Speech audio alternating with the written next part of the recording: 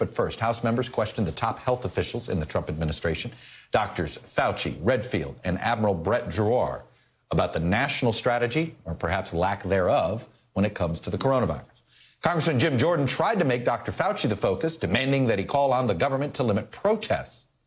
And President Trump was watching as he tweeted his criticism of Congressman Jim Clyburn for highlighting some facts, including the surge in U.S. cases, while Europe got it under control. The president continues to falsely attribute the case count to simply testing too much. Meanwhile, the experts say America needs more and faster test results. Anything that gets us a quicker, more rapid, more scale-up capability of testing is something that would be desirable.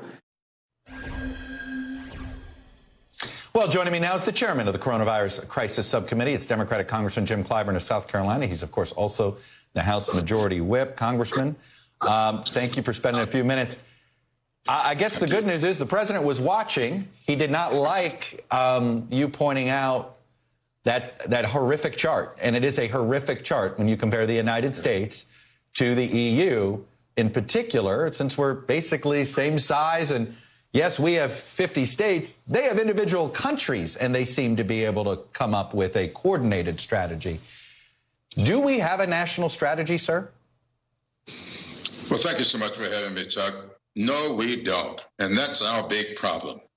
Why this president refuses to have a national strategy is beyond me. From the very beginning, he said he was going to leave it up to the states. He was not going to take responsibility. That's not the way you combat a pandemic. This is a worldwide pandemic.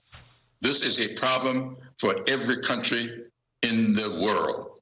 And for this president to say, we will leave it up to 50 different approaches. Let each state fend for themselves. Let states have competition with each other.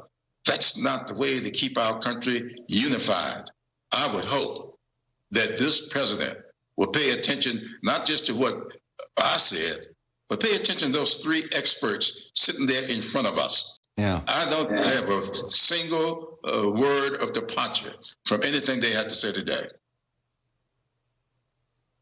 That's what I was wondering here. I'm curious, you have three people who are on the task force. Do you look at those three folks and think, do you believe they're not being allowed to coordinate a strategy? Do you think they're being held back? Are they just implementing, what are they implementing if we're not implementing a national strategy? Well, you know, it's kind of interesting because what we have found is that this White House is dealing with two sets of approaches. They are dealing with something that they enunciate publicly at press conference or what the president may say, but they have sent out privately some guidelines for states to follow. And what we're having here, and I sent a letter out to 4 of those states that decided rather than follow the private information they got from the White House, they are following what the president is saying at his press conferences. And that's why we sent them this letter.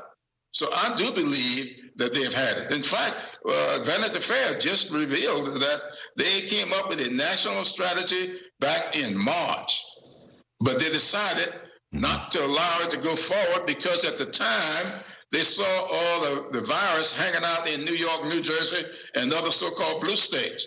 So rather than implement a national strategy, they decided to pull back from that and put out this competition among the states so that they could maintain some political advantage. That's the problem here. They're not following the science. They're not listening to the experts. They are pursuing a political agenda, and that is tantamount to Nero fiddling while Rome burns.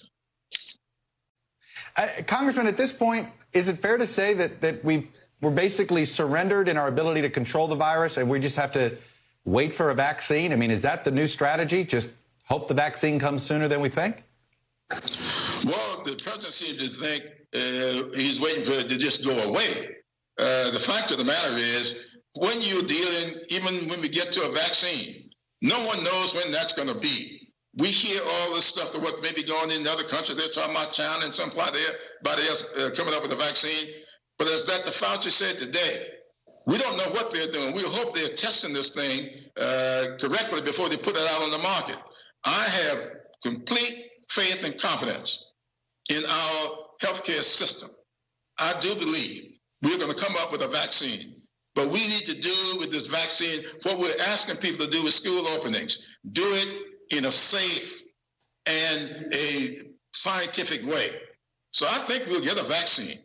But I don't think we ought to wait on a vaccine in order to have the 90-95% participation when it comes to social distancing, to wearing masks and other face coverings, to doing what the experts say that we need to do, what they did in these other countries like the European Union, and drive down the numbers. The numbers aren't being driven down here simply because we aren't getting leadership. We need leadership, and we're not getting leadership.